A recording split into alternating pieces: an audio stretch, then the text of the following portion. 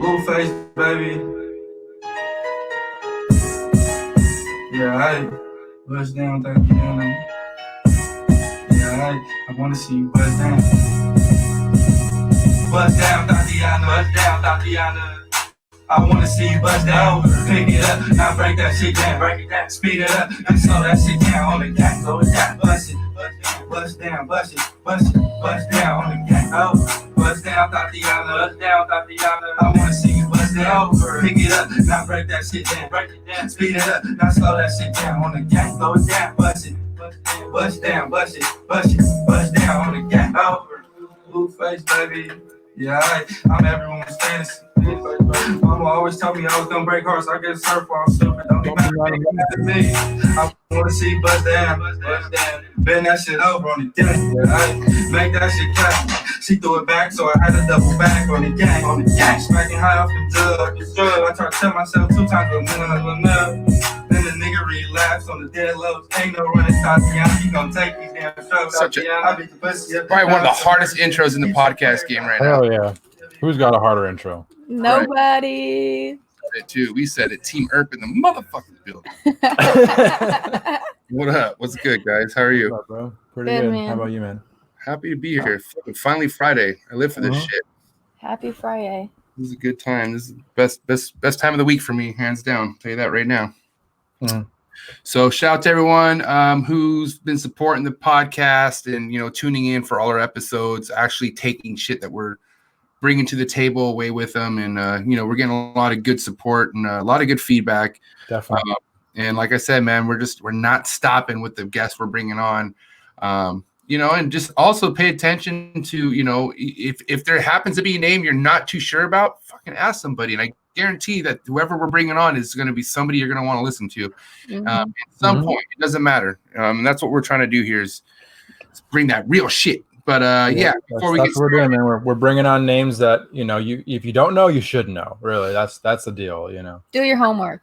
And we're taking this shit serious, man. Like me and fucking Forrest my bad. Me and Steven and Desiree are fucking literally putting our heads together and coming up with fucking people that we think are going to be super like impactful. And we're going to be anything but stale. We're bringing nothing but the fresh shit. Steven has fucking ideas up the butt. Super stoked on who he has, who he wants to bring, and it's shit's gonna be mind-boggling. And your minds get trapped in a bottle. Yeah. Either that, or everyone will be very disappointed when all my guest ideas fall through. So we'll see. Pretty consistent so far, bro. You're batting 1,000, so good job. Guys, real quick, shout out to the sponsor, Cold Blooded Cafe. Dude, there's a fucking epic sale going on. You guys need to get over to www.coldbloodedcafe.com. You guys already have the best prices as is, and now there's a sale going on. So Ration prices. Dude, I heard it's like if Oprah owned a rodent business and giving away prices, this is like what's going on right now. It's like you get a rat, you get a rat, you get a rat, you get a rat.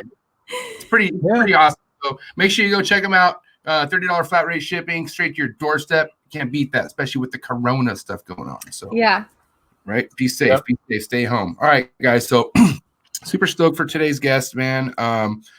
I can't wait to explain how I crossed paths with him. I ran into him twice, and I can't wait to talk about how I ran into him. And I'm sure you guys just know him just because how long you guys been in the hobby. Yeah, for sure. And what do you guys know about our guest John here?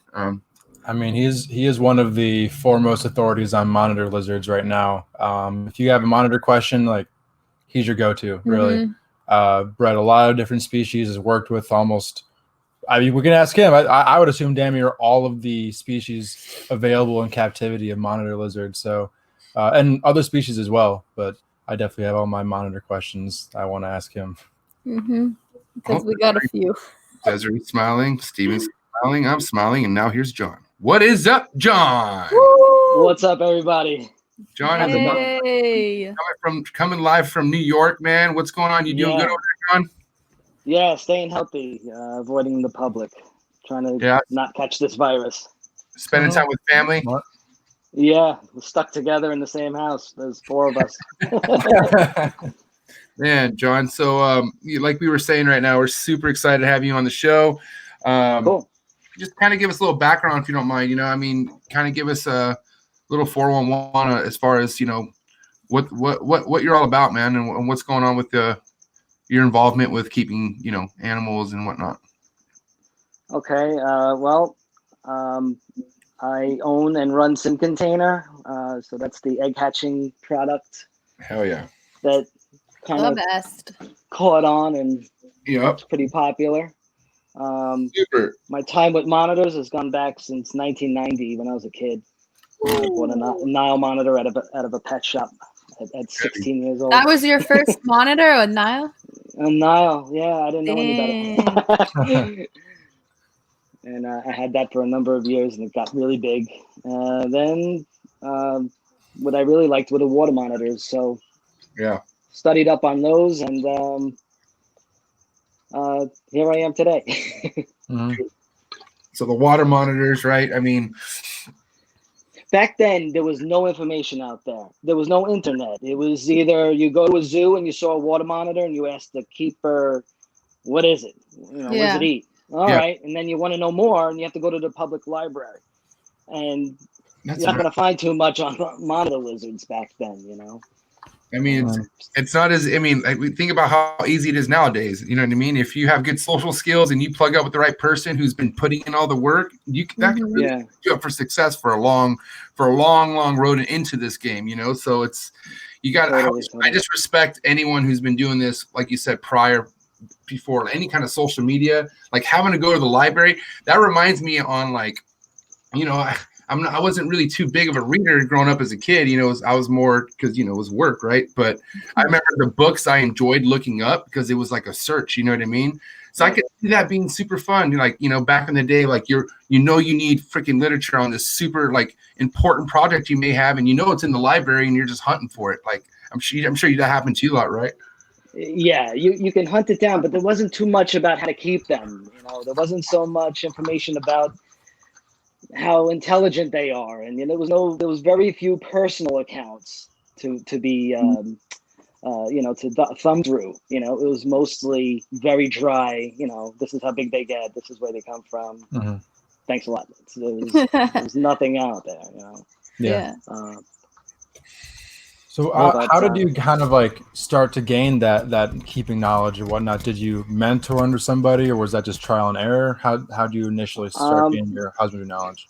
In 1992, I was working at a pet shop in Staten Island, New York City, and the pet shop was called Just Birds, and I was in charge of the reptile section. And back then, it was reptiles that you don't see here now today. There was no.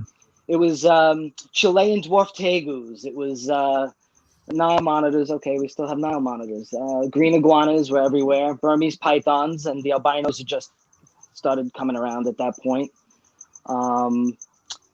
Desert iguanas and a lot of American species, little collared lizards and things like that. If we got anything from a wholesaler, it was like really unique. It would be like collodies or bloodsuckers or something. It wasn't. This is the early 90s.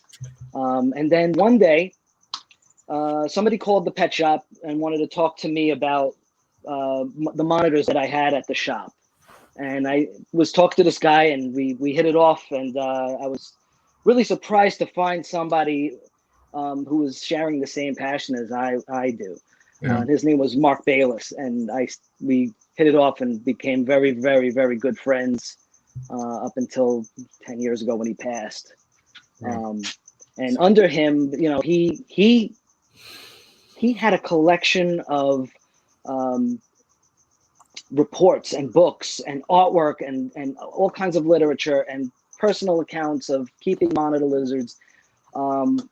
It was like a dream come true because you couldn't find anything else out there, and he had it, and he would share, and he was willing to share.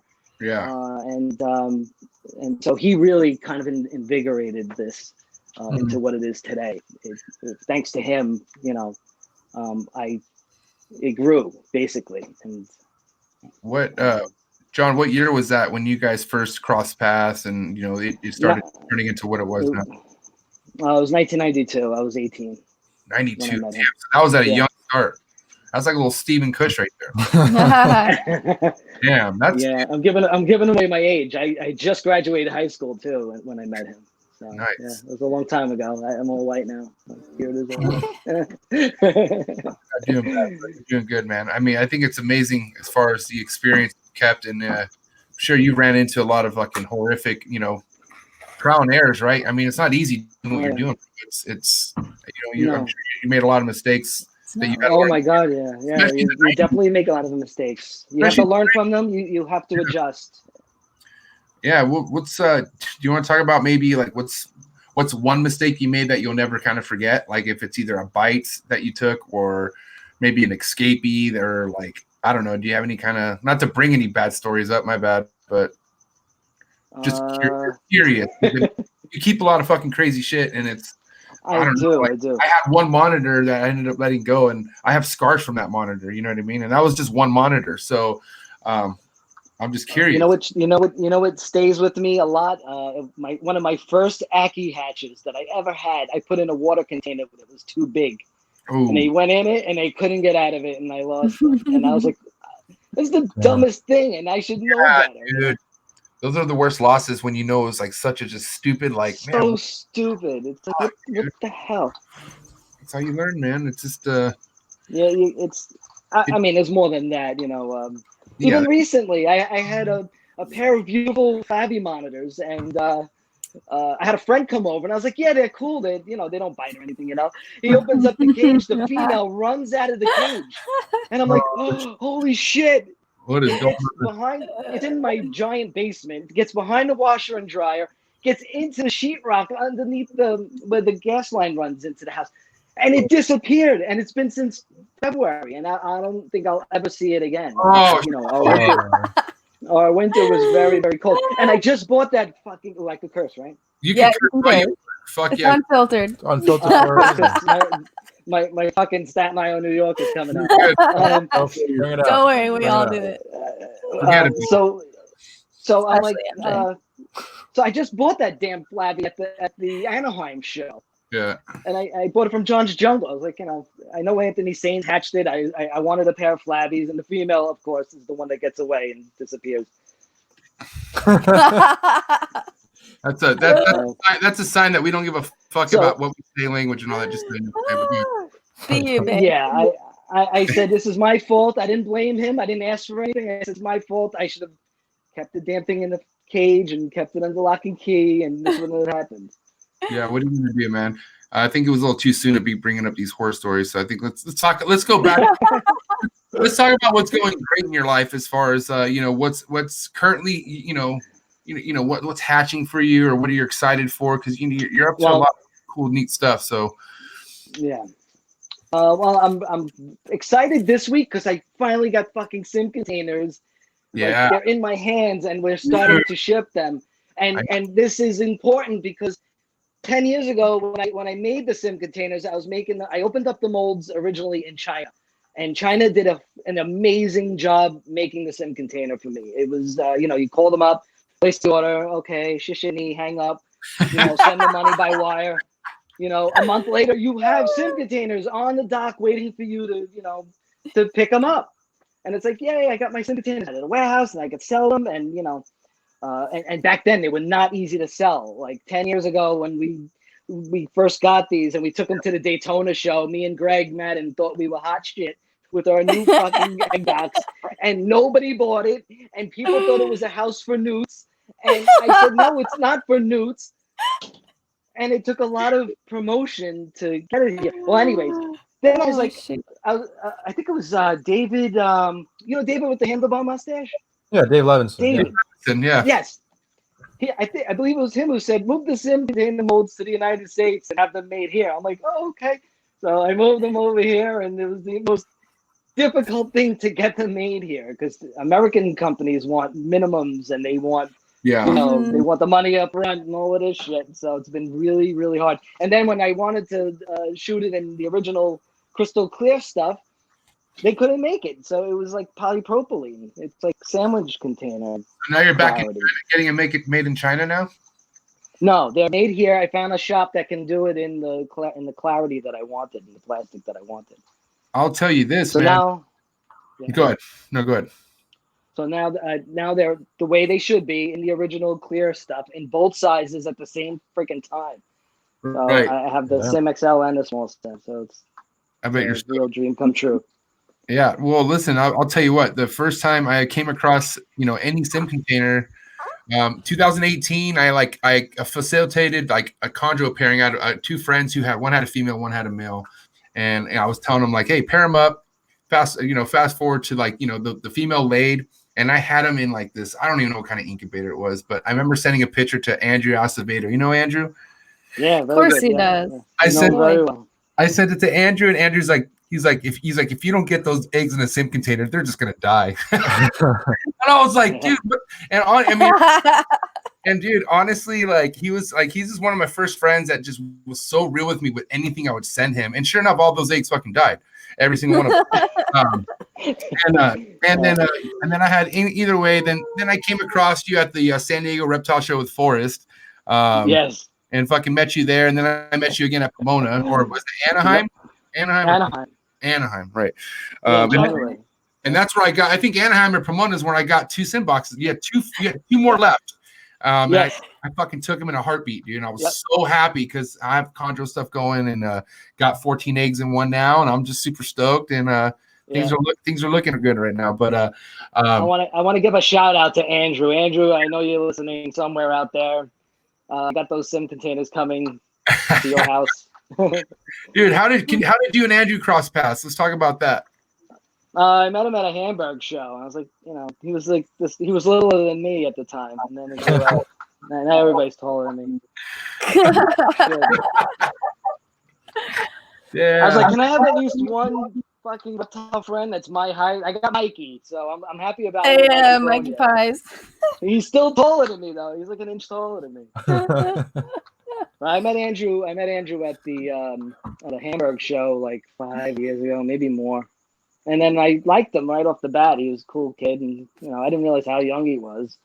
He'd come to my barbecues. I was like, "You're not even old enough to have a beer." Yeah. I can't have. I'm hanging out with teenagers. He was like 19, 18 at the time. You're like, I'm not responsible for this shit, man. Yeah. No, Andrew did. And then I got cooked vegan, food for him because he's. Oh yeah, He's like he. I mean, we had conversations for days about how I shouldn't eat meat, and it's funny because now I'm not eating as much meat. I do kind of feel better, but yeah, he's Mr. Vegan, Mr. Fucking, Mr. Natural, no GMO, no gluten. Yeah, he's got me hooked on peanut butter and honey sandwiches. Oh, I love them. They're so good. Sounds like my diet right now with my 1-year-old. Yeah, peanut butter and honey on whole wheat. Jeez. Lars is gonna be a monster off peanut butter. Dude, grilled cheese sandwiches today. Nice. I'll take them down. That's awesome, dude. So, Andrew, it's funny because two of the people that mentor me the most in this hobby, fucking Stephen KUSH and Andrew, and they're like the youngest guys I know. It's crazy how that works. But anytime I had questions about shit, and I go to people with experience, it's Andrew or fucking Stephen. So they've both been doing this since like 12. Yeah, I mean, they have the experience, man, and it's pretty awesome. I wish I was, I wish I was 12 and just starting out now because there's so much information available at your disposal that you can work with. Like when I was 12, it's, very hard to come up with something. I didn't even have internet yet at my house. And even compared to like 10 years ago, there's infinitely more now. There was a lot of information then, but comparing what was out then to now, it's amazing. If you want to know anything, you'll find it. Yeah, unless nobody knows. Progression of this hobby. It's the progression of this hobby. There's a lot of people contributing new and innovative stuff every day. So, and it builds up and it builds up. What are some of amazing? What are some of the big progressions you've seen over time in the hobby that you think have been either for negative or positive?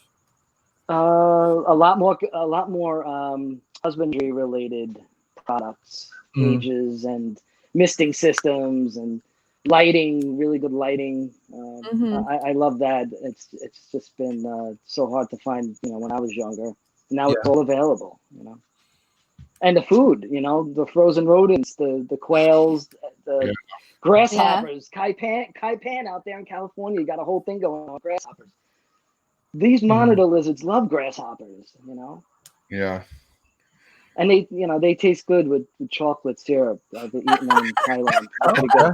Good to know. Interesting. Good to know. It's a good quarantine food. Yeah. You should try Chocolate covered bugs.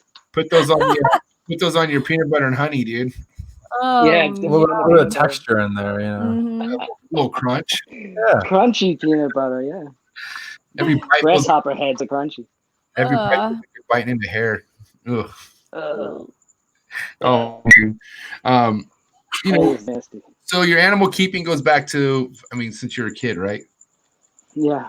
For the most part, and then Yeah, local stuff when I was a kid, 10 years old in Staten Island, which is a part of New York City, but it's very rural in comparison to Brooklyn and Manhattan. So when I was a kid, there was nobody on this damn island, and it was full of reptiles and amphibians. So I'd go out 10 years old with a bucket and a net and go catch stuff. And that's basically how it started, with the frogs and the toads and the black racers and garter snakes and things like that. Catching bullfrogs out of the swamps, catching bullfrogs in the foundations of houses that they didn't build up yet, and it just filled up with water. Yeah. Did you breed any snakes or anything like that? Like, when did the breeding come into your life? Like, when did that start? The breeding came in actually it was in like the mid 2000s, like 2005, 2004. And it was with leopard geckos and hognose snakes and at the time tristis monitors and Nackies. That's when I finally had my shit together and was able to load up my future in-laws basement with monitor cages and rack systems and stuff. Damn. That's crazy. You said Finally racks. had a real job, I mean, as far as you doing the animals full time, I mean, when did that? That was 2005, like mid 2005. You said or something like that, right? Yeah. Like around that time is when I started doing the breeding part of it. Yeah. I still, to this day, do not do reptiles as a full-time job. My real job is I'm a shoe designer. Hell And yeah. I've been a shoe designer for Hey. 21 years. 21 years designing shoes, never unemployed. What I'm kind still of working shoes? from home right now. I'm actually designing kids' shoes for Target and Walmart. Ooh, I Maya. got a baby model. He's so cute. Yeah, baby model. I was Yeah, I just design- looking I at design kids' shoes for shoes. him today online. I used to design sexy stuff with Steve Madden and Victoria's Secret catalog when it was a catalog business. That's Stop wild. it. I got to the kids' shoes because it paid really well and nobody wanted to do it. I have a shoe problem over here. Do you? Let me know the size. Yeah. I'll hook you up. Somebody. I'm a size 7. What? Listen, Okay. do you want to tell what you? So what happened was actually this goes back to Forrest. He was bidding on a shoe for me, this Nike Off-White Serena Williams shoe. And he'd been bidding on it for a while, and I just kept following the bid. And then all of a sudden, I got a notification that your shoe is being sent to StockX for verification, and I won the bid. So it's $1,000 shoes, and it came out of my PayPal already. Yeah. They won it? Like, you just recently won it? Yeah, I won it. I'm like, I didn't know, and he had wanted to buy it for me, and that's why he wouldn't buy me any other shoes. He just kept saying, like, I got something in the works. And then I took over his shoe account when he passed, and I realized what he was doing, and so this is the shoe. You got to go closer, homie. It's really awesome. I'm extremely excited about it. Okay, you got to go Nice. So it's got like a pink outsole and other way. a black stripe on it. You paid a I fucking can't really see too good. $1,000 for that. Meanwhile, everybody in America just saw up my nose and stuff. Does it make? By the way, I'm It's sweating- a very I'm hype sweating shoe. crazy Trust back me. here. Trust me. It's going to hold value Does as long it? as I don't try it on. Does it help you moonwalk, or what does it do? Like, what the fuck? Yeah, exactly. She floats. She could float. Yeah. I was like, was that $1,000 really worth not putting towards lace monitors? Like, I'm still waiting for my quote on that. Okay. Nitovirus fucking research. yeah, saw these carpet fest. I didn't have that on Zoom with like 100 fucking windows. Yeah, that's how we usually cop our shoes. Is multiple Google windows, Google accounts, and Well, really into the Yeezys and the Nike Off-Whites. So I thank you two for that, because I wouldn't be where I'm at my shoe game as far as wasn't for you two, because I never really was into like, you know, spending anything more than like, okay, like I bought a pair of Gucci's once, and like I never would probably ever do that again. But tennis shoes, I won't ever spend more than $105 on tennis shoes. Yeah, Forrest bought a pair for $3,000 because they're yellow, and they called it the Canary. So of course, you know, Canary Chondros. That's why he bought that shoe. Oh, yeah. But they were Nike SB Dunks, which he used to skateboard and loved that shoe anyway. And so it was just a whole deal. And he been on that forever too, and dropped $3,000 on it. And that's sitting in a shoe shelf right now. But he did get some pretty cool photos of a Canary Chondro perched over the shoe. That's pretty cool. That's pretty hard. Yeah.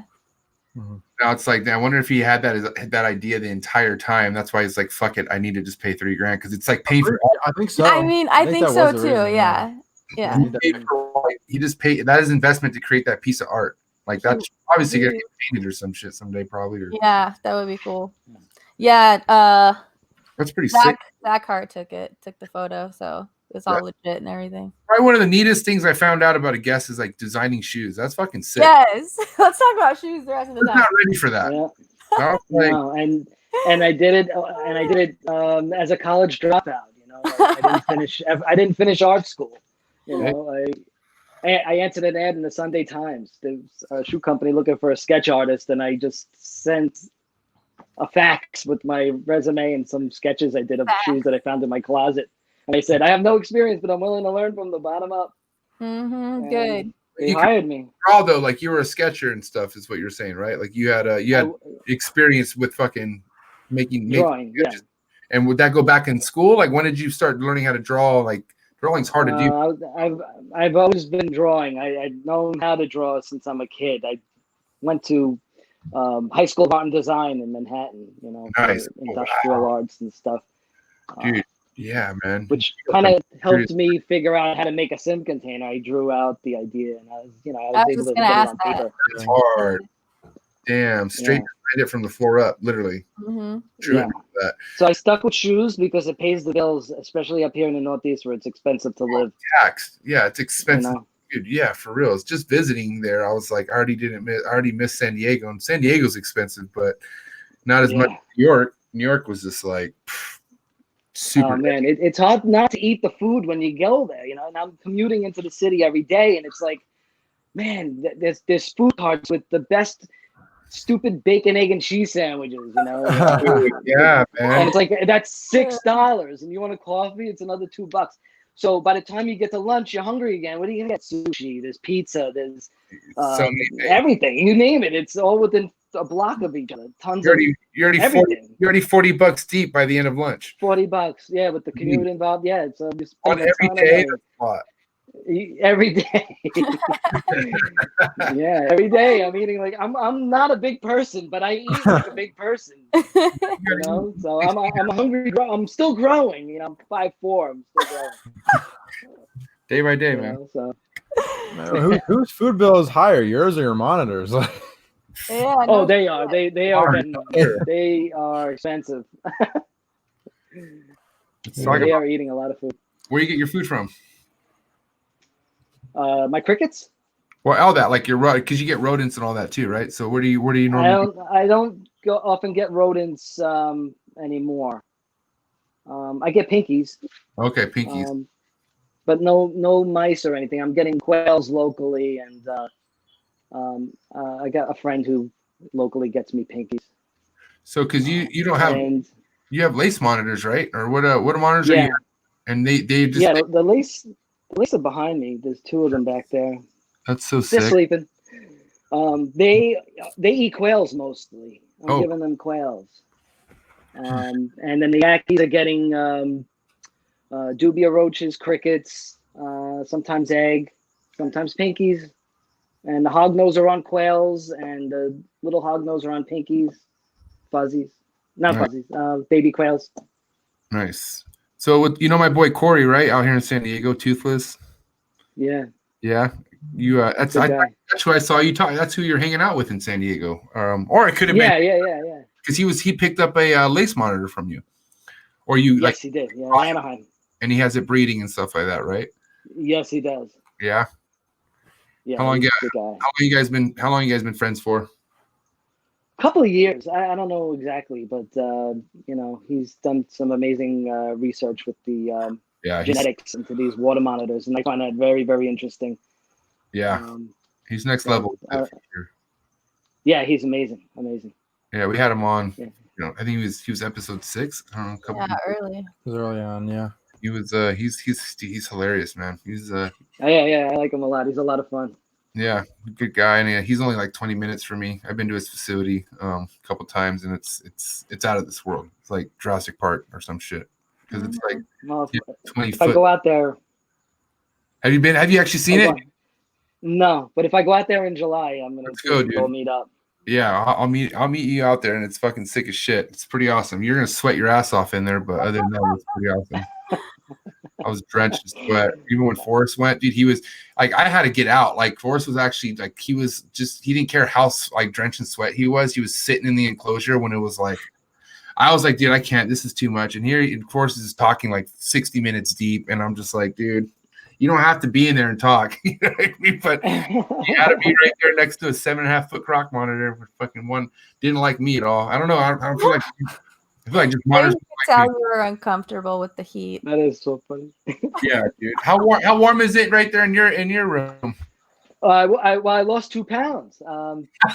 Standing here, there's probably 30 lights on in here. Damn. It's warm in here. It's probably wait. I have a temp gun somewhere. I'll give you a reading. I'll give you an accurate reading if I can find a damn thing. Read your forehead. I want to make sure your temps are good. I don't want you to over. Okay, hold on. If you're over 98, we need to stop this. Okay. I don't know what the hell it is. My kid probably took it. No, here it is. Here it is. All right, so this is one of those original tempgun.com temp guns, and it still works. Yeah. Where you at? 93.8. I'm actually hypothermic. I'm dying. I'm dying, guys. You're on. Yeah, man, we made it half an hour. It's 88 on the ceiling. In here. Okay. Is it though? And I'm far from the ceiling. It's 85 in the midsection here. So, yeah. Pretty warm. Feels good. I lost 2 pounds. Going on 3. You know. You're working it, bro. Now you're gonna earn off my wife's. You're gonna earn all the best. You're gonna earn yourself some more brownies after this. Yeah, that's right. Before I got on, I was talking to him, behind the scenes, and I'm like, "Holy shit! I didn't realize this was going to be a video because when I call with JD Hartzell, it's just a phone call, and I just had like a mouthful of fucking brownies that my wife. And I was like, "Oh, I'm gonna have like brownies stuck in my teeth. Don't give a shit. I'm in a lizard room. Who cares? It's the people. Who cares? Brush my teeth later." Exactly. You'll be right. Yeah. You have a question, Steven? Oh yeah. So what was like the first monitors that you were keeping that weren't like run of the mill stuff you see all the time, like not like a Nile or a Savannah or whatever? Like what was that first like real exciting monitor purchase for you? I was 19 and I went to a pet shop in Queens, and somebody told me to go there to see this lizard that they were selling. The pet shop was called Fishtown USA. I think it was on Northern Boulevard in Queens, New York. It was $600. I went there with $600, which was a ton of money for a lizard back then. And it was a sulfur water monitor, but back then nobody knew what a sulfur water monitor was. Mm-hmm. It was one of 4 brought in that year. They were that was the first time sulfurs ever came into the country. And I bought it on the spot. It turned out to be a female. I had it for 17 years. She's still has a place in my heart. I haven't had a monitor lizard like her since. She's just incredible. Yeah. And that was my first big purchase. And it really solidified me into this. It immersed me in this world of water monitors because I needed to know everything about it. Because, like I said, there's nothing you could find at a library about it, Yeah. And when I would talk to Mark Bayless, the guy I met through the pet shop, he didn't know what it was either. And it wasn't until actually like last year I found out exactly the exact locality of them. And it took a long time to find that information and prove it.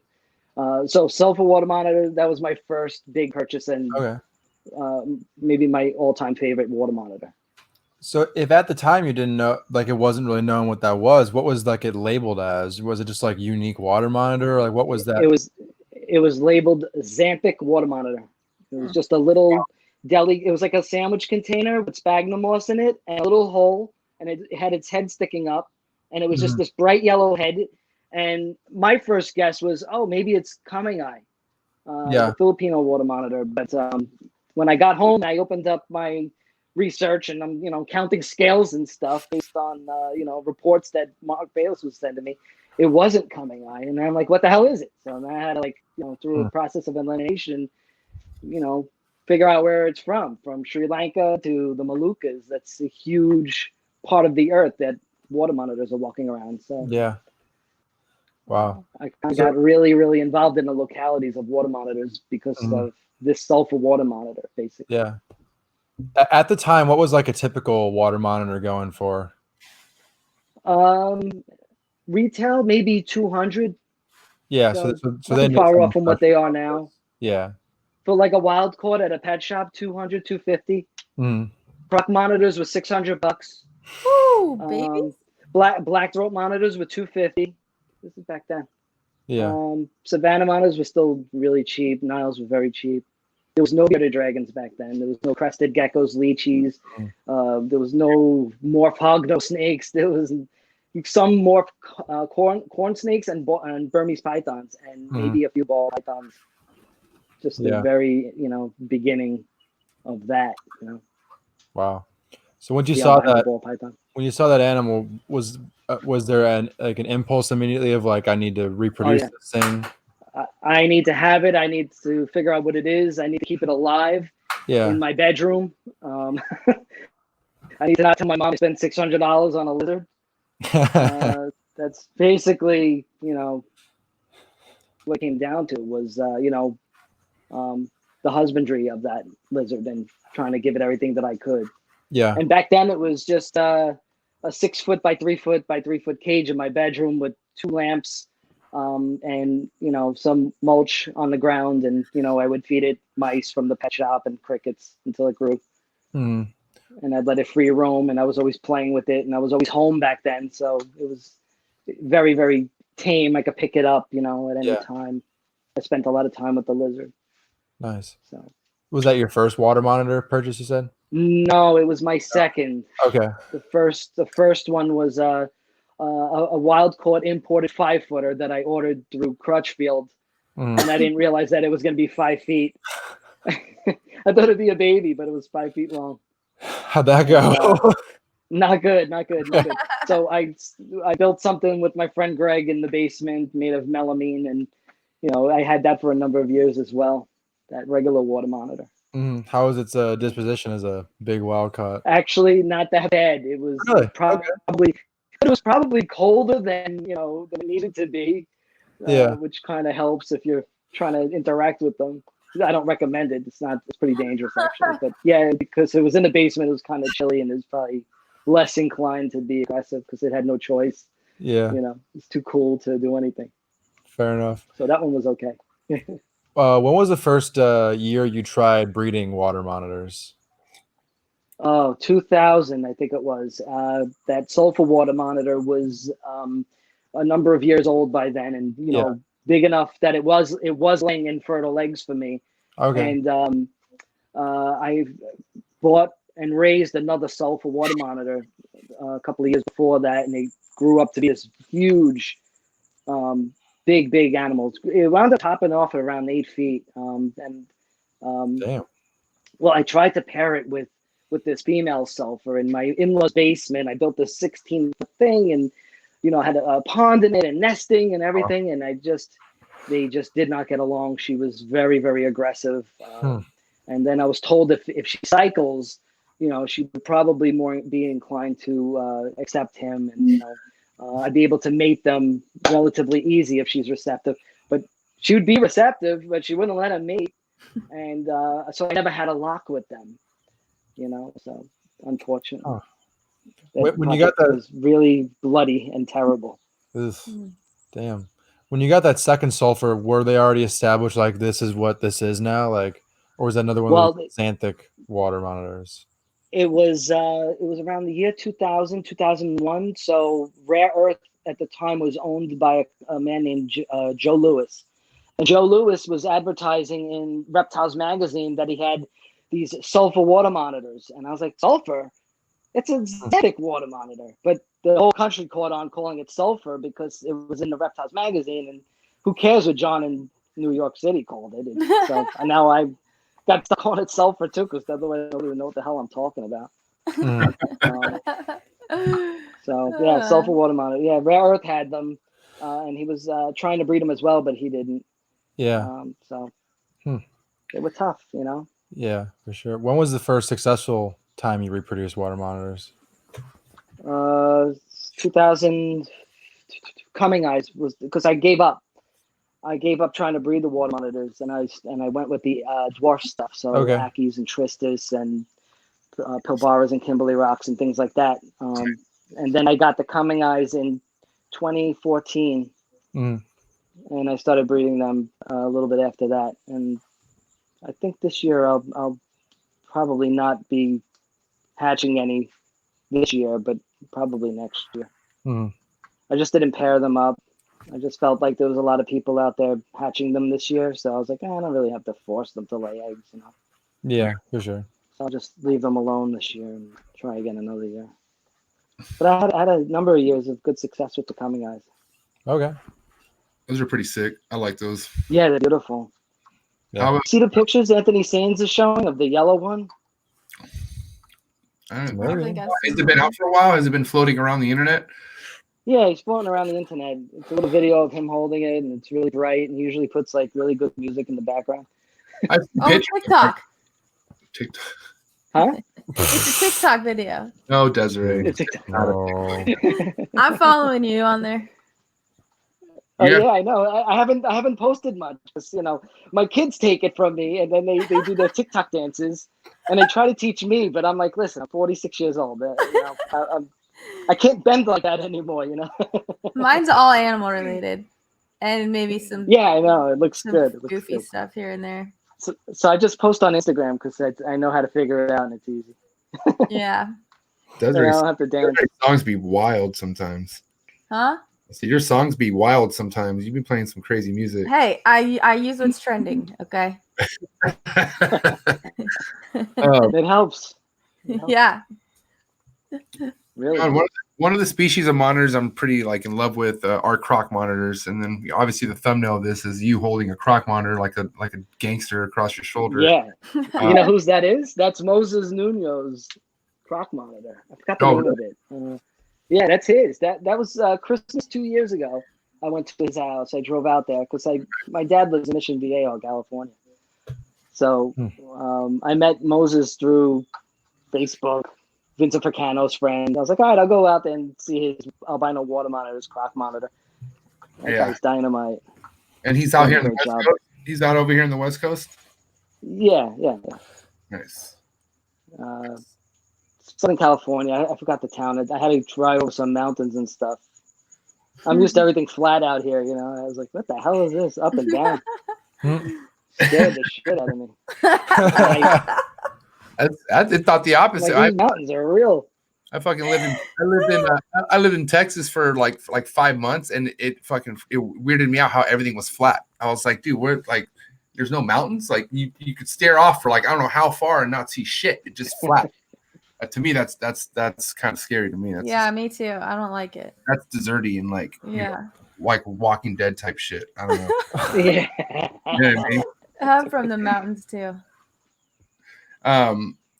Any blue tail monitors or anything like any of those kind of species I've ever worked with before? I've had them, but I don't work with them. I think they're beautiful, but they're not something I want to go after at the moment. If I do get anything different besides these dwarf monitors and Coming Eye, I'm thinking about spinulosis, Salmon Island monitors with the spiny skin. Yeah, pretty cool. Those are sick. Yeah, they're like mini croc monitors. Or tree monitors again, just because I love the colors. You know, the blue, the blue trees, the green trees. Have you ever bred tree monitors of any species? I hatched green tree eggs. Okay. Yes. What was the process It was in like that? It was in conjunction with Asher Green. Oh, okay. Green Tree Exotics. Yeah. The green tree eggs actually came from Asher's house. He says, my green tree laid eggs in a nest box. I was like, what are you going to do? He goes, I'm going to bring the whole nest box over to you. I was like, okay. And he drove over from Brooklyn into Staten Island, and he gets to my house. It's like early in the morning. I'm like, I got to go to work, dude. And I set him up. So I get the nest box. I was like, oh, cool. We got to dig, So I take the lid off the nest box, and the eggs are sitting right on the surface. The nest box is like friggin' bone dry. I was like, she just left them in there like a gift. So I put them in a sim container. I put some water crystals under there, and I put it in the incubator, and they hatched. They hatched in like 155 days. Do you know? I didn't find them difficult at all. Damn. Did he know the gestation on them, like after he's seen them copulating? He knows all of the dates. I don't remember. Yeah. For my research, I've seen 30 days, and then someone said 1 day after seeing it, and then they laid. I just don't know about that. A friend of mine works at a zoo, said a pair of black trees copulated and found eggs the next day. So yeah, that could be she was already gravid. Yeah, maybe. In my experience with the big monitors, it's usually 30 days from the moment they start mating to the day that they're nesting. It's usually on the 30-day mark. Yeah. And then with the smaller stuff, it's 18 to 22.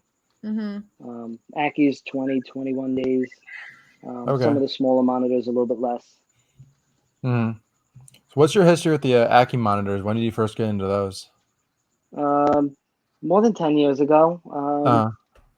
I actually I just met my wife when I guess I'd be about 2004, 2005.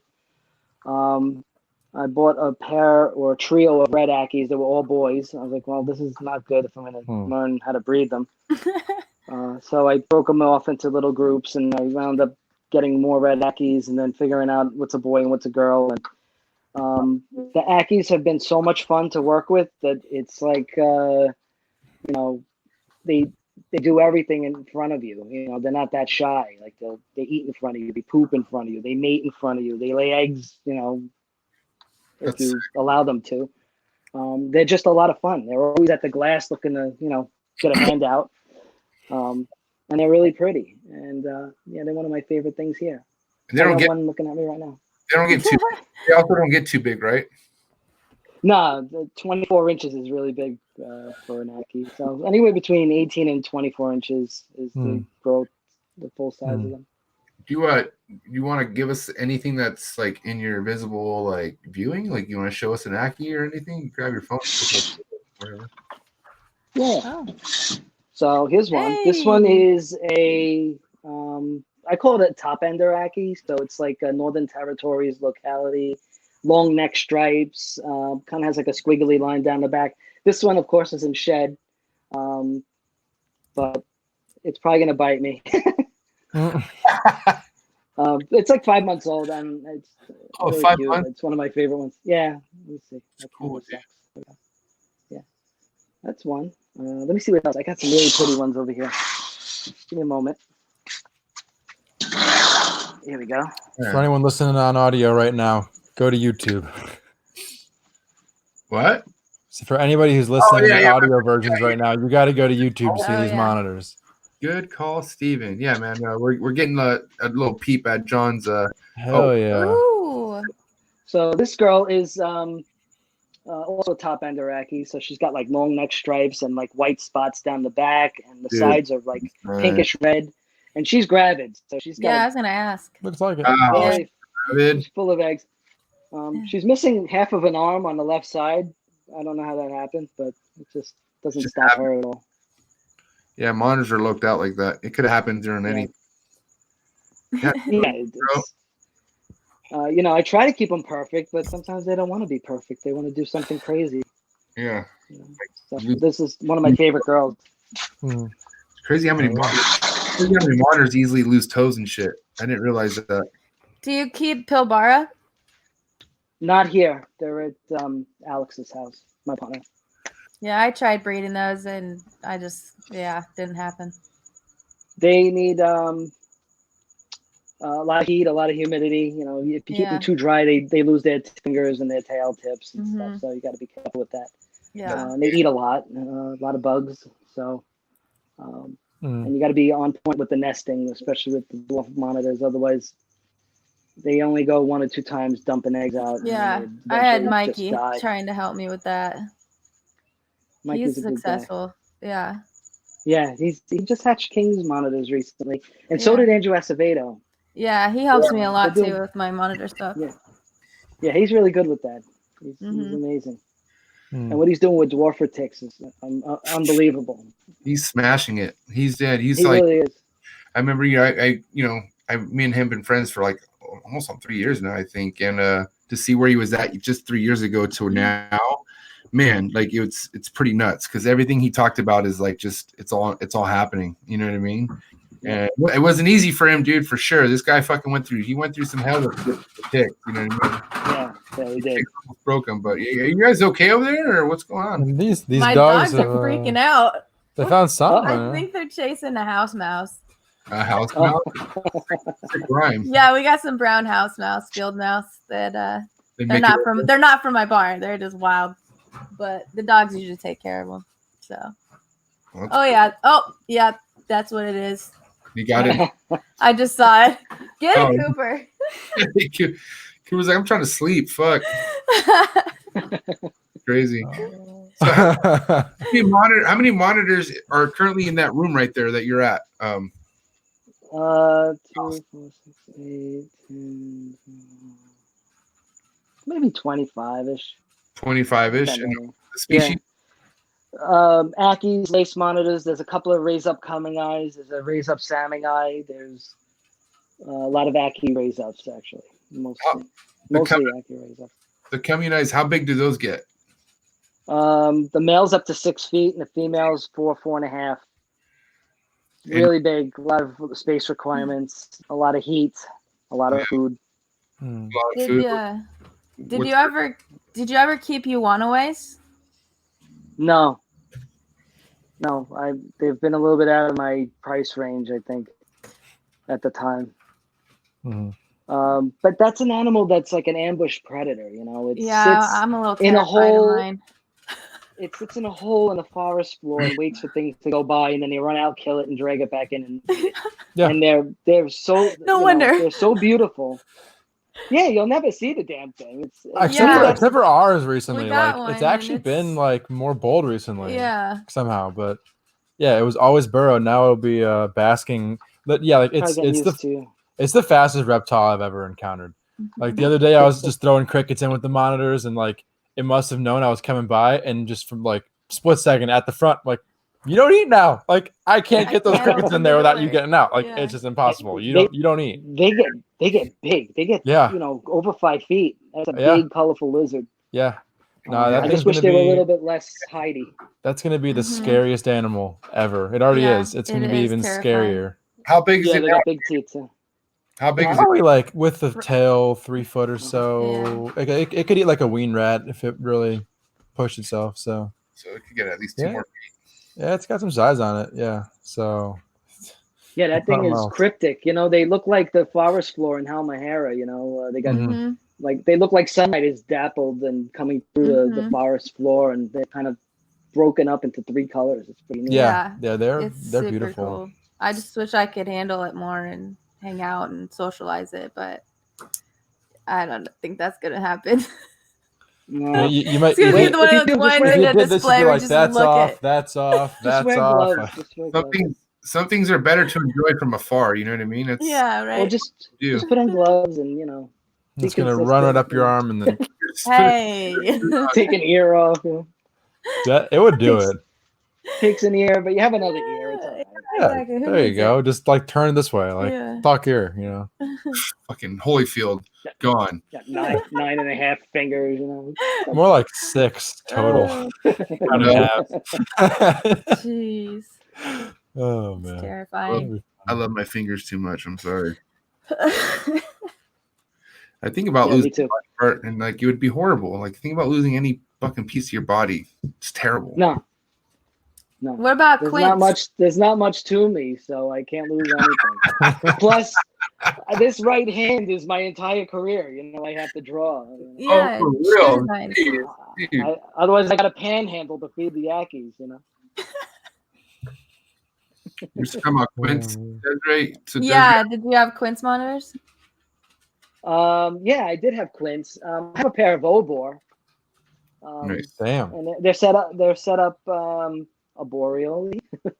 I hardly ever see them. Yeah. I have them a few months. I got them from a friend who raised them for 2 years. Kind of sure they're 1.1. They look at 1.1. So we'll see. I like Quince and Obor are very similar. How much you want for them? Yeah, I like them too. I'm not gonna sell them, but if I hatch them, you'll be the first to. I can't remember where we had two. I don't remember where I got them from. Quince? Yeah. Well, I think Forrest got one from me. That's what I'm thinking. Okay. Yeah, I'm pretty sure it was. Yeah. Yeah, and it's a tame one, right? Yeah. I got bit twice by, I don't know if it's the same one but I don't know. It was nothing. They just hold on for a little bit. That video is actually going viral on TikTok right now. Oh, really? Yeah, it was an old video it was one of my first monitor bites ever. And Forrest is in the background like, Desiree's taking her first monitor bite ever and just filming it like an asshole. Like, here, hang on, I'll get it for you. Hold on. And finally helps me get off my thumb. So that's where you learned that from. Yeah. Who got bit recently? And fucking who got bit? It was Brendan. It was one of my employees. Yeah. I forgot. I don't know if it was Steven recording and you got bit or the other way around. I forgot. I know we were all involved. I was recording. I didn't take the bite.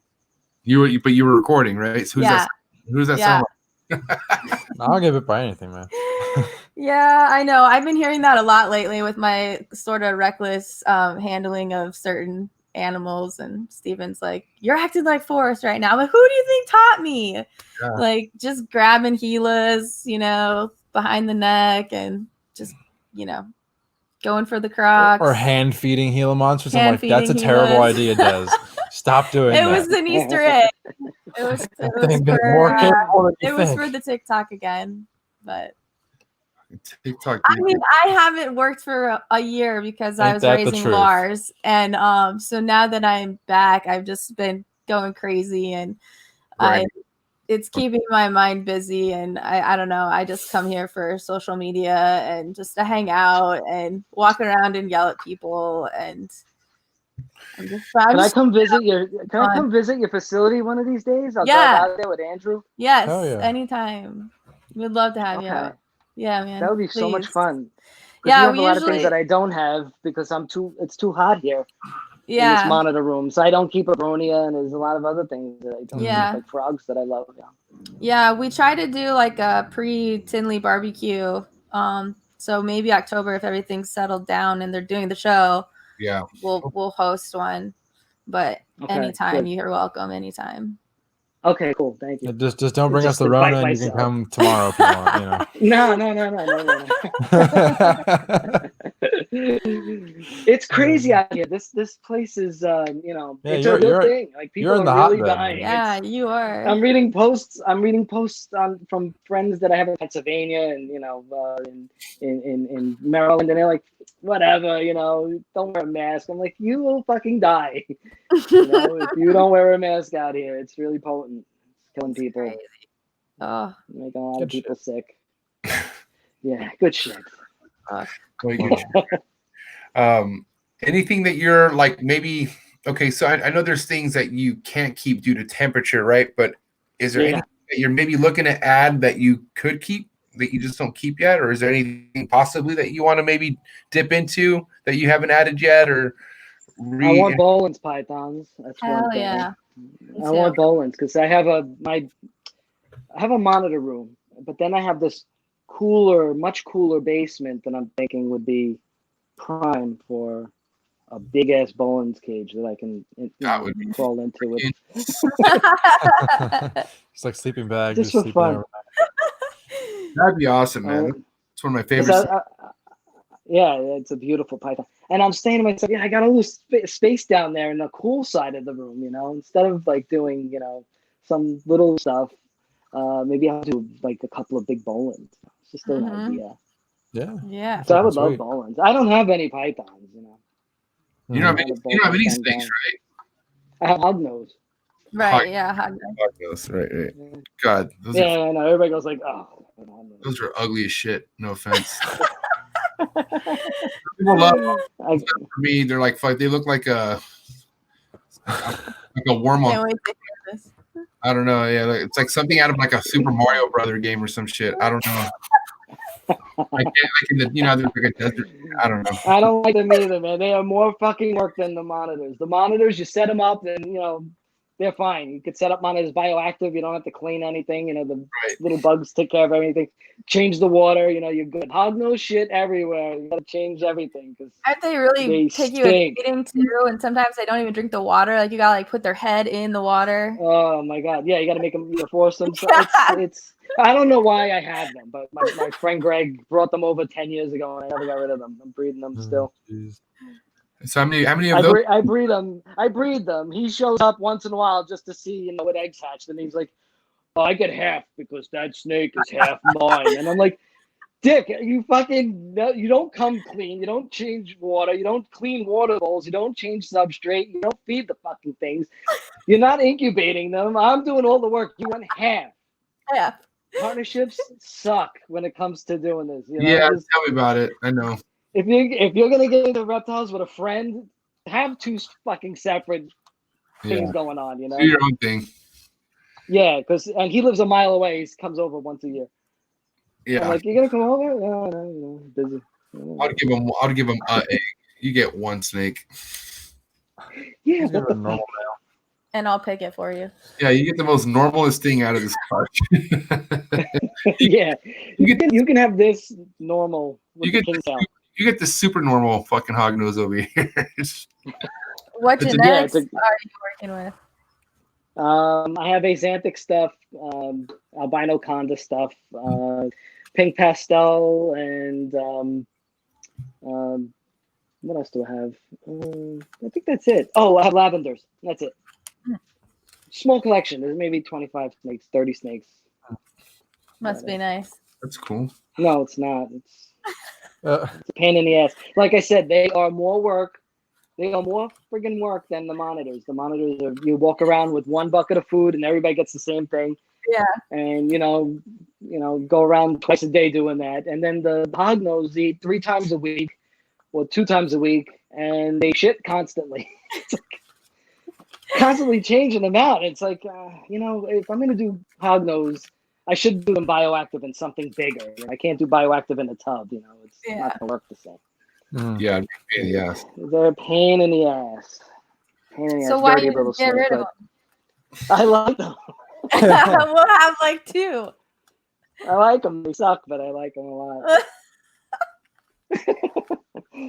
Come on, you can't get rid of everything. You can't just have monitors. I gotta have something else. I got crested geckos. Now my little girl, she's 5, loves gargoyle geckos and loves crested geckos, and she has her own crested geckos, and she managed to pair them up, get eggs, and freaking hatch them at 5 years old. That's amazing. And I'm like, if anybody can breed crested geckos, I don't want to hear anybody say that crested geckos are any kind of difficult. It's like my 5-year-old daughter did it. What are you doing wrong? Yeah, she did it. Awesome. So awesome. simple. That's pretty sick. That's awesome. So I actually make her do the hognose snakes. I'm like, here, put this rubber glove, take the poop, throw it away, change it.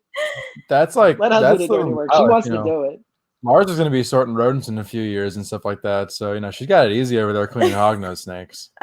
Gotta learn, got to do the dirty work first. Can't just, learn to love not it. gonna let it breed monitors yet. Yeah. Get right. We gotta start small. Yeah. I don't want to get in bed, so I just give us stuff that's relatively safe. Although hognose will give you a really bad bite. Some people, I have not swelled up yet, so I've been nailed a few times. I think it depends on your genetics or something. I don't know. It does. For sure, because I've seen different levels of bites. I've seen them super bad. Me too. Not too bad, not so bad, but I've seen them on a whole nother level of bad. Oh, I don't yeah. know about it. Same thing with monitor bites. Some guys get a really bad reaction. They have infections that go into their tendons if they get bit on the hand. Yeah. And it could be from a baby. Like a friend of mine got bit by a baby quince monitor, and it got really badly infected. Who was it? I can't say his name. I'll tell you I off know. there. I'm pretty sure I knew him or know him. His and name rhymes with Shmai Shmata Shmau Shmau.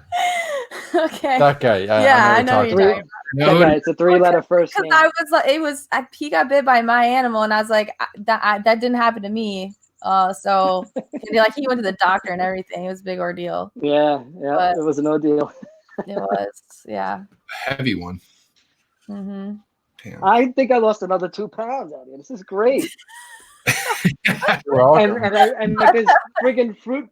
I got fruit flies going up my nose. I feel like Gabe Kaufman in Australia with the fucking Ackies that he did the video with the flies all in his face. You're sweating with some brownie aftertaste, and now you have flies going. Bro, you're on a good. No, dude, it's not good. What's that climbing in the not a good background? look for me.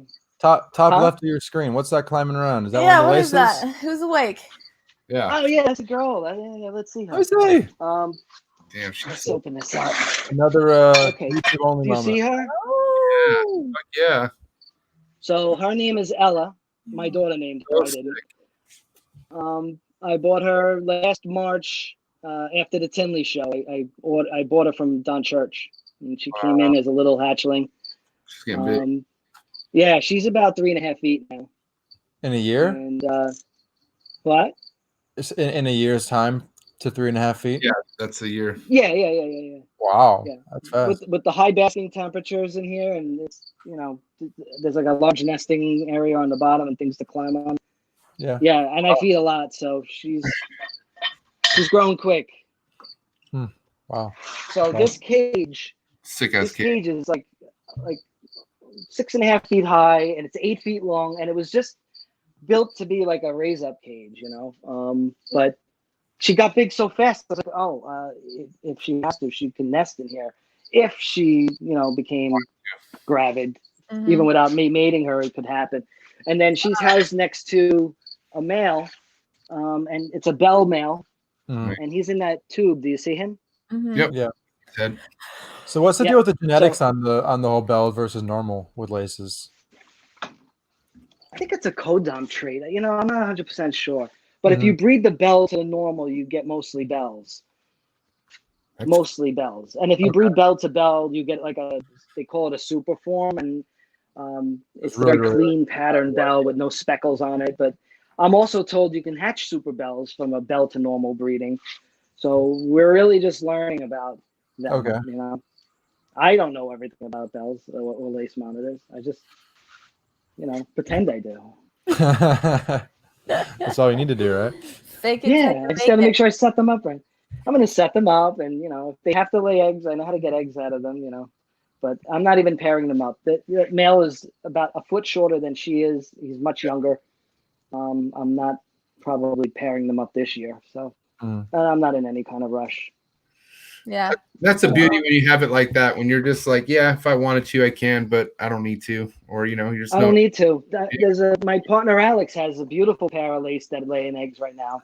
Yeah. So I don't need to breed the pair in my house. He's doing it with my partner Alex has the best looking male Bell's lace I've ever seen. It's pink and black. Yeah. He calls it Quicksilver. I was like, you should name him Mr. Pink. He's black and pink. He looks like a pink creature with a black tuxedo on. He's beautiful. Yeah. He got eggs out of that thing. He named it to a normal lace monitor. Wow. Fuck, man. Well, listen, I know you've been, I think it's kind of like unhealthy if you go anything more than 5 pounds in a day as far as losing weight. So, I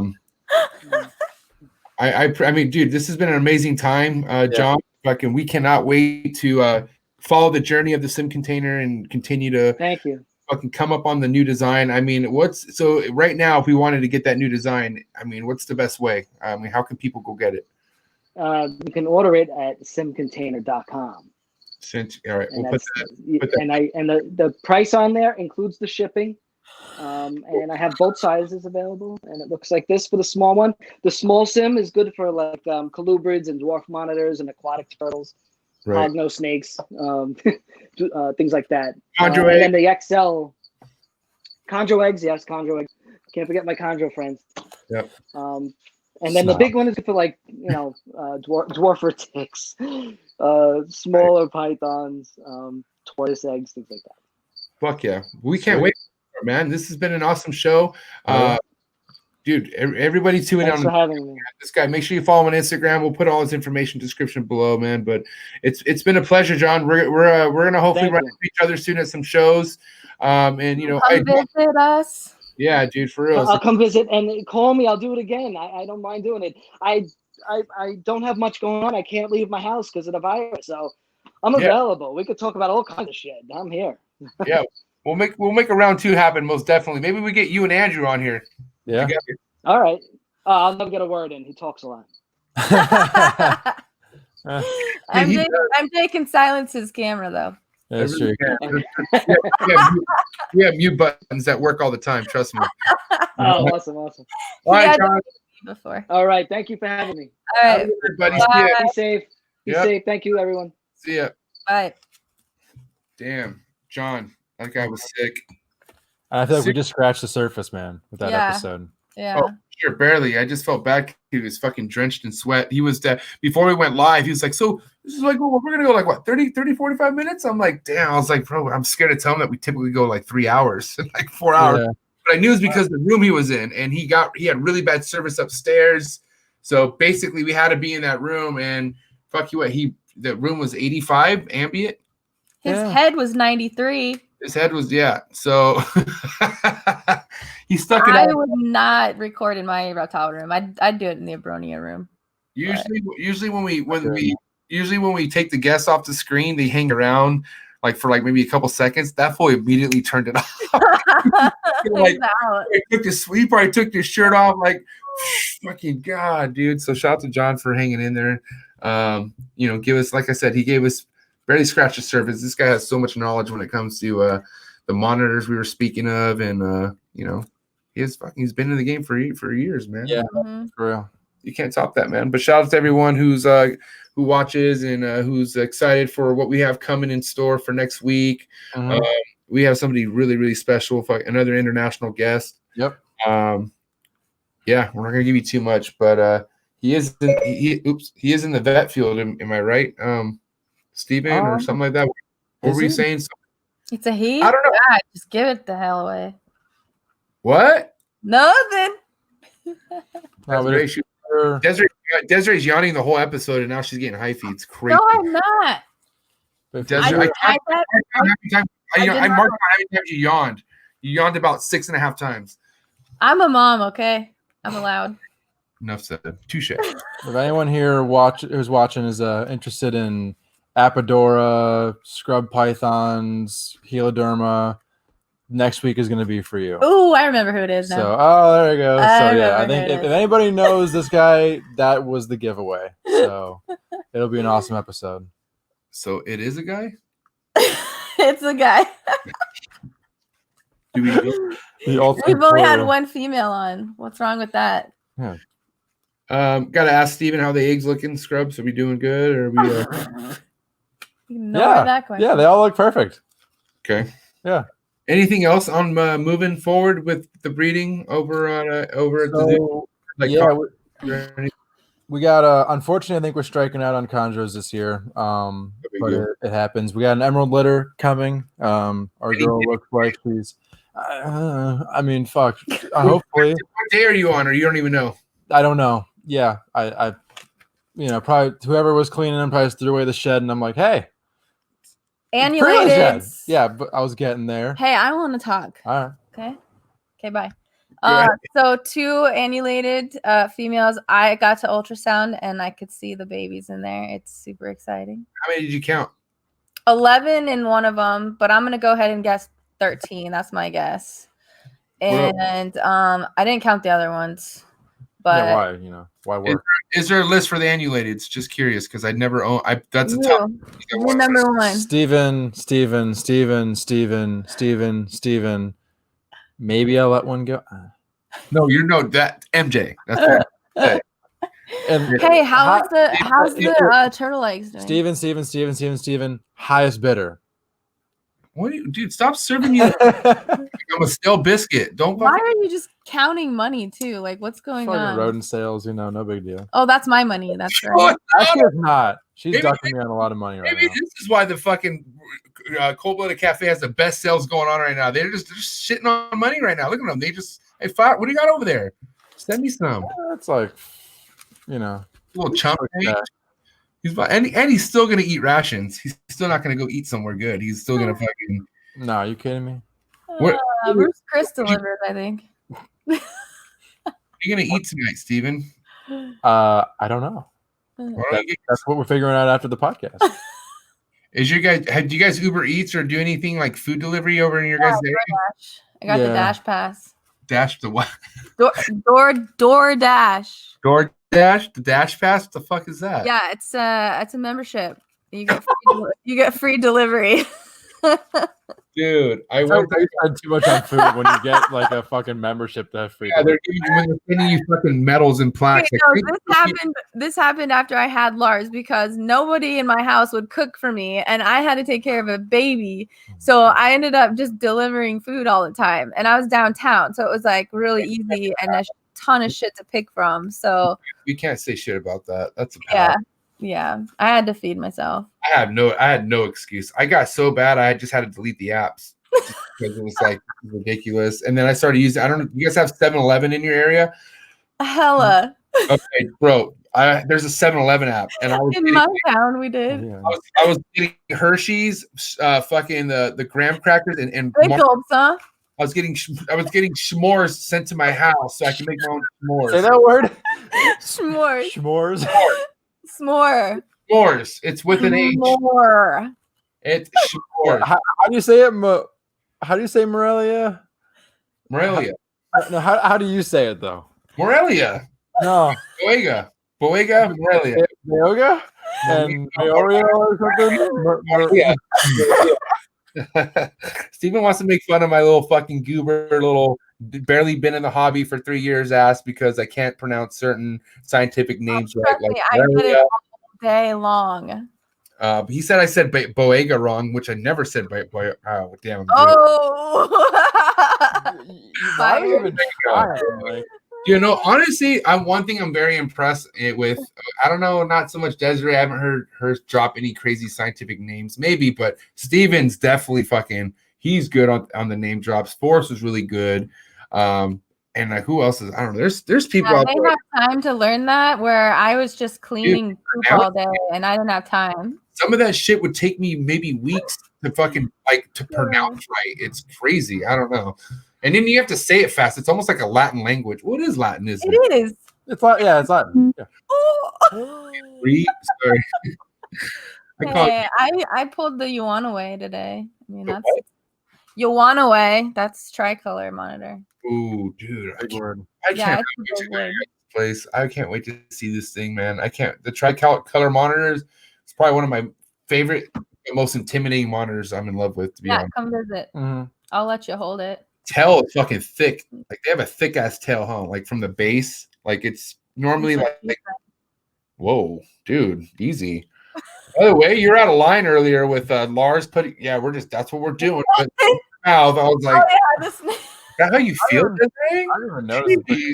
I'm like, that was the paper towel roll, right? Yeah, it's out of. He puts everything in his mouth.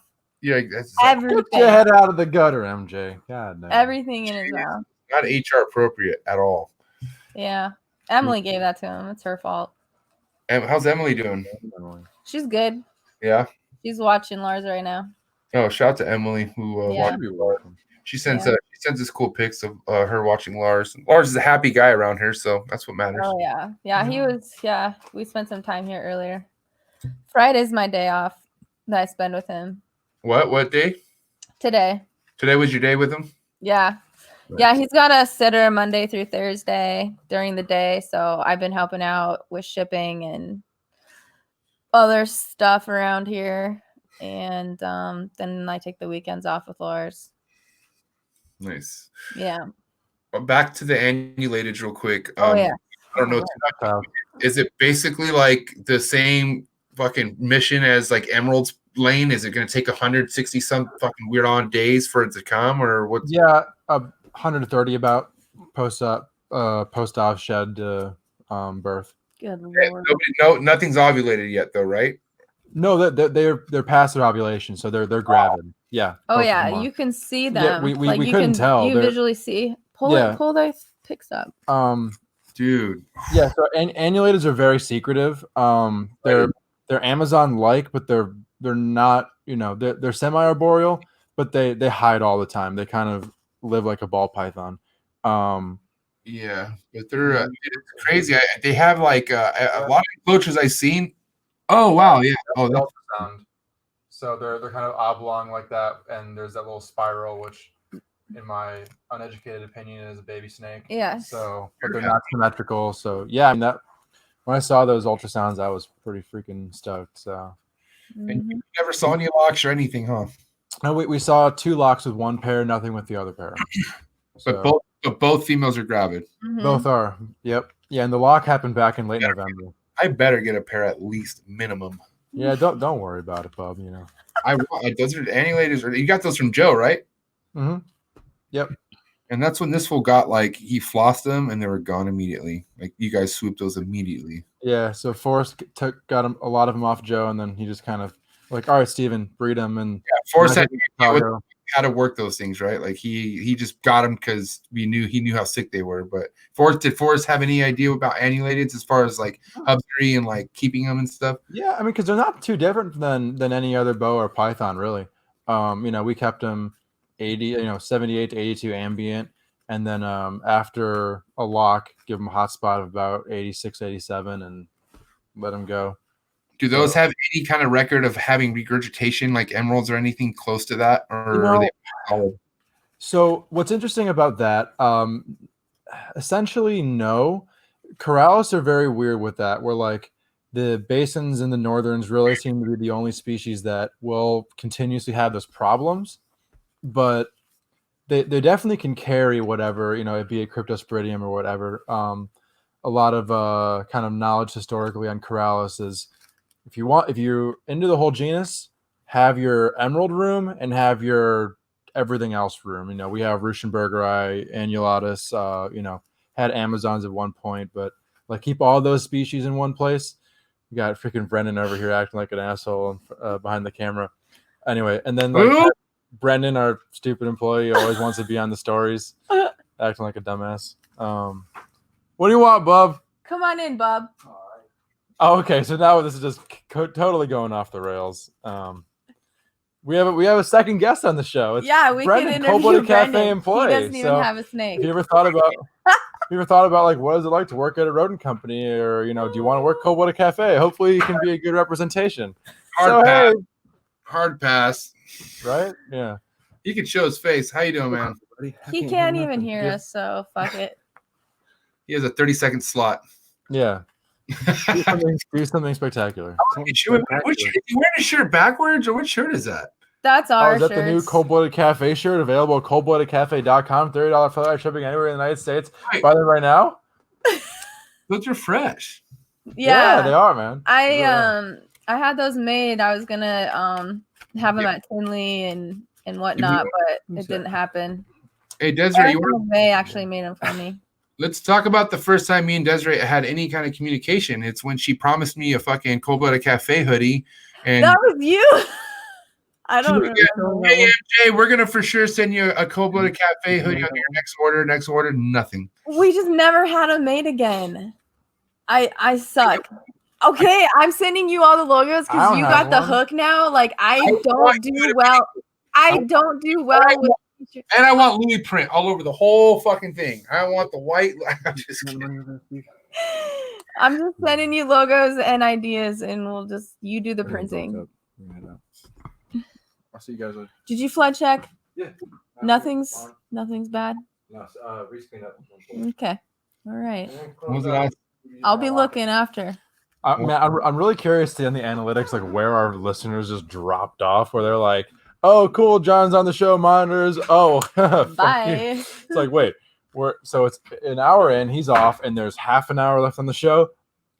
That's my call. It's let's go listen to some other podcast. Who gives a shit? Let's keep talking. What's your problem? Yeah, why not? No, I'm just curious. I'm just this is Currently we have 0 fucking listeners and viewers right now. This is a private session right now. I like it this way. I could actually edit this. I could do whatever the fuck I want. I could no. Jesus, edit that. I don't know. It's on. No edits, man. We're doing this shit raw. But this is cool, man. I mean, this is something we're gonna try out. I mean, we could keep doing this moving forward. I mean, there's no sense of having to go live. Only the fact to where we do have people that like to interact with us while we're live. Yeah. But we'll see how that goes. Either way, we're all on Buzzsprout. We're on Spotify. I feel like a lot of our audience is more directed on those platforms anyways. But, look, we all got love for the YouTube people. We're going to be putting these out on YouTube. They'll be out on all the other Buzzsprout and all the other platforms. We're not going to stop. We're going to keep going. So, but good sessions, man. I mean, listen, even if it's an hour long, we're still taking away a lot. We're getting straight to the point. We're not fucking wasting any time. These are all good. These are all good shows, man. Yeah, definitely, man. And who knows? We could have round 2 with him and Andrew on the podcast at the same time. I bet that one could go 3-4 hours real easy. Mm-hmm. I know that's a fact right there. Yeah. Andrew, and we'll talk about this now because put you on the spot. But listen, Andrew has a good guest we could bring on for retics. I don't know how much you guys like retics. I love retics, but like the super dwarf, like the ternates and stuff like that. Who's the guest? Rodney last name with the B. Hold on, he's fucking pretty sick though. I'm not gonna lie. I've been following him. He's a hard ass too. He's fucking doesn't give a shit about much. Sounds right good. Yeah, he's sick. This dude.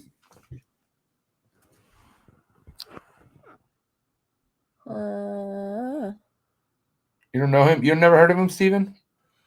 I'm not sure. Well, I want to see his post. I don't know. I'd probably recognize some pictures and whatnot. Oh my god, hold on. This fool has some of the sickest shit as far as when it comes to super dwarfs, like Tarnate and the. What Andrew he brought here to our Tinley barbecue, he brought some Halmahera locality retics. Those things were freaking cool. Isn't he going to your guys' spot soon to go pick some stuff up? Yeah, him and Garrett. He's picking up with Garrett. Okay, get whatever Garrett has over there, right? Some Calatoas or whatever. Oh, yeah, he has a Calatoa here with us. Mm. You see how dark that shit is? Damn, that thing's pretty freaking sweet. Yeah. I had some baby retics back in the day when I lived in Vegas. I don't remember what they were, but I think one might have been lavender something. I don't know. It was kind of orange and purplish. I feel like we'd be cool to have just a Rick Tick guy on here, period. Just, just so we could be all around the board, a lot of diverse people out there like myself who keep certain species, like, anything from chondro to Ticks. And, this guy, Rodney doesn't put himself out there much. So if he's willing to come on the show, I think it'd be awesome. Mm-hmm.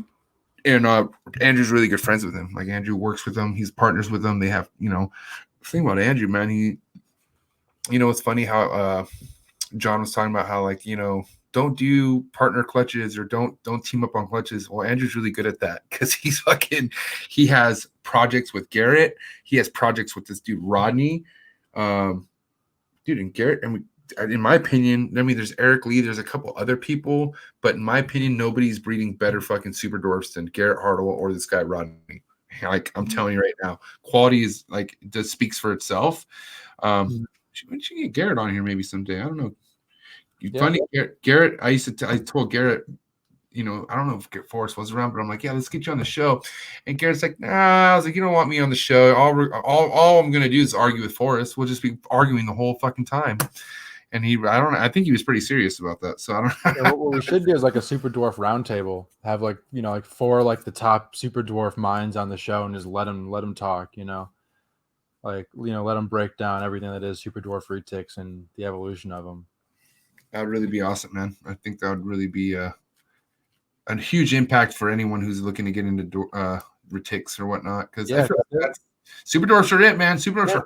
I feel like the popularity right now is ball pythons, Super dwarf retics. Yeah. Everything else. Like I think that's like the wave these days is super dwarfs. So Yeah. and for good reason too, man. You know, retics have always been like kind of untouchable because of what they are, and now they're not. You know, and with all the locality data, it's bringing new people into a species where morphs aren't even necessarily involved. Like where people are getting excited, newer keepers are getting excited about locality differences, which is something that is a pretty good step in advancing this hobby.